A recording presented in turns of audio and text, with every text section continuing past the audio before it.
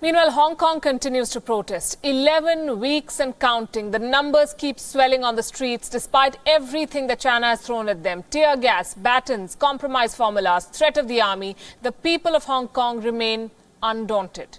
On Sunday, more than 1.7 million people braved heavy rain and threats to turn up for peaceful protest rallies. That's 1/4 of Hong Kong's population protesting.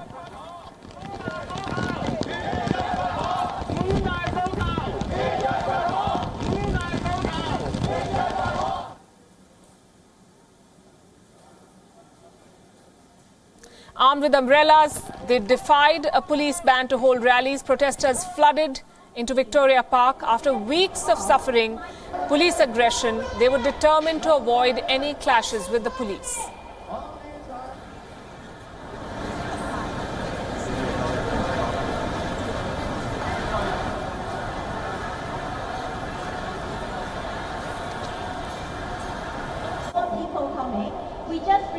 Yes, they can't stop people's anger because the police are doing things that are totally unacceptable. They are not police, they are hurting the citizens, they're not protecting us. Even rains couldn't stop the protesters as they gathered from Causeway Bay to Victoria Park. The park could not contain the crowd. They spilled onto other roads there. The protesters were clear. They would not stop until their 5 demands are met.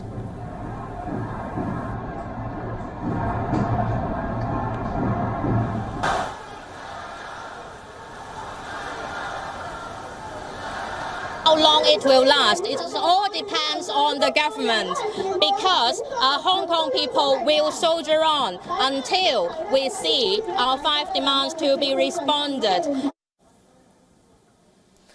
Yes, the opposition to the controversial extradition bill sparked these protests, but now the protesters have seen police brutality firsthand. They also know that the PLA troops are gathering outside the city of Hong Kong, ready to be deployed when needed. Hong Kong is known to be the Pearl of the Orient. A lot of people do businesses here. The world feel that Hong Kong is safe. But when they deploy the troops, everything will end. Hong Kong will be totally destroyed. And it's not only bad for Hong Kong, but bad for China as well. Late at night, they gathered outside the Hong Kong government's headquarters. They lit up the exterior of the building with laser pointers.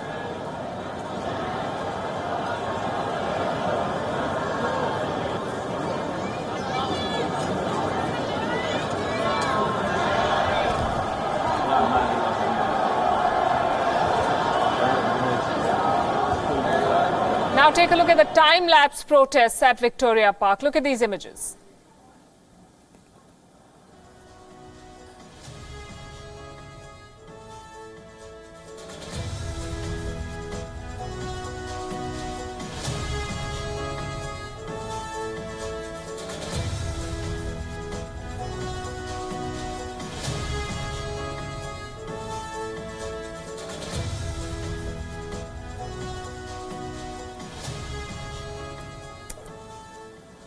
The protesters held placards reading, "Liberate Hong Kong." The scale of the protest showed the kind of public support the pro-democracy movement commands. They're not fringe elements like China likes to brand them.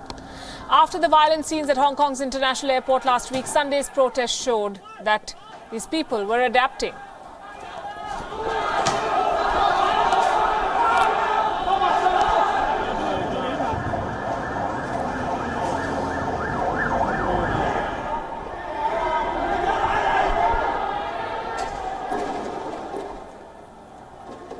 Maintaining peace is the best way to draw the attention of the international community, and the protesters of Hong Kong have figured out that part. The Hong Kong government responded to the mass rally.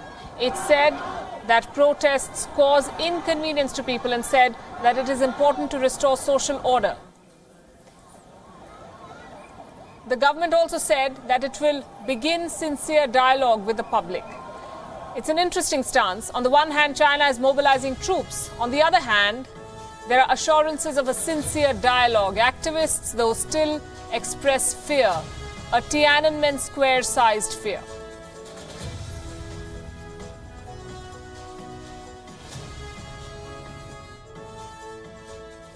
And our demand is crystal clear.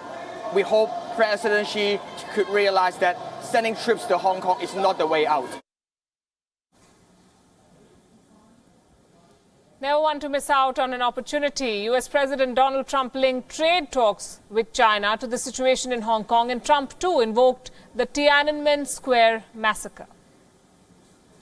No, I think it would be very hard to deal if they do violence. I mean, if it's another Tiananmen Square, I think it's a very hard thing to do if there's violence. And, you know, that I'm president, but that's a little beyond me, because I think there'd be tremendous political sentiment not to do something.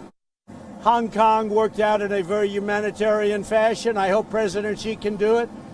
He sure has the ability, I can tell you that from personal knowledge. He certainly has the ability to do it if he wants to. So I'd like to see that worked out in a humanitarian fashion. I think it would be very good for the trade deal that we're talking about. Trump's comments riled up China. Beijing shot back, saying that it did not need Donald Trump's suggestions. 我们注意到，特朗普总统此前曾经表示过，香港是中国的一部分，他们必须自己解决，不需要建议。我们希望美方能够说到做到。 Put simply, China does not want any suggestions from anyone. It wants to suppress the protests. The troops are ready to be used at the time of their choice. The government is trying to suppress a popular movement there, a pro-democracy movement which has grown in size, spirit and demand since the 9th of June. Look at the troop build-up in Shenzhen city. This is China's not-so-veiled threat to the citizens of Hong Kong. Toe the line or face this force.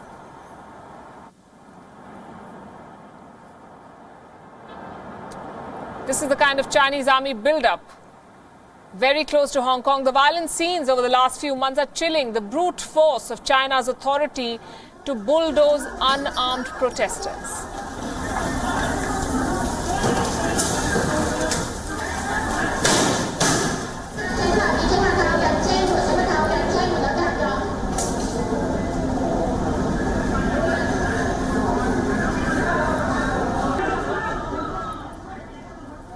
The clashes at the airport have made the protesters stronger.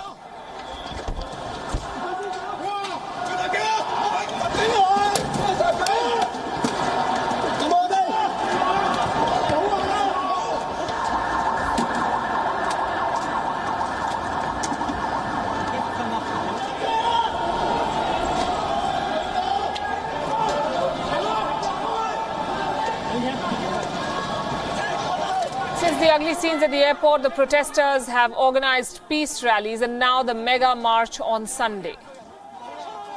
Contrast this with the troop build-up. Beijing has already said that these peaceful protests are showing signs of terrorism.